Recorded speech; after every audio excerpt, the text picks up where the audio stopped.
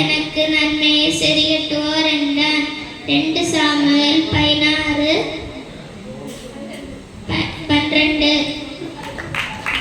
எனக்கு ஒரு ஆசீர்வாதம் தர வேண்டும். வறட்சியான நிலத்தில் தந்து நீர் பச்சலான நிலத்தை எனக்கு தர வேண்டும்.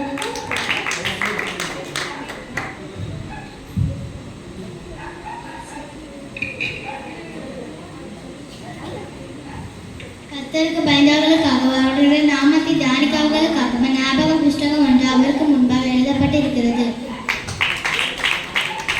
நானும் உன்னை அக்கினிக்குள்ளாக தீர்க்கவில்லை. நீ போய் நீ பாவம் செய்யாதே. நீ போய் யோர்தான் நதியில் 7 தரம் ஸ்நானம் பண்ணு. மாம்சமாகி நீ சுத்தமானவா என்று சொல்ல சொன்னார்.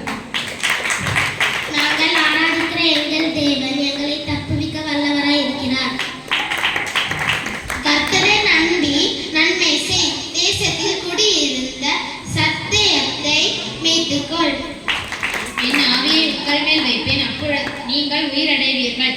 அப்பொழுது நான் உங்களை உங்கள் தேசத்தில் வைப்பேன். அப்பொழுது நான் கர்த்தர் என அறிந்து கொள்வீர்கள். இதை சொன்னேன், இதை செய்வேன். நான் கர்த்தர் என்று சொல்ல சொன்னார். எசேக்கியேல் 37:12. கர்த்தர் நல்லவர். இக்கட்டு நாளிலே அரணான கோட்டை தம்மை நம்புகிறவர்களை அறிந்திருக்கிறார்.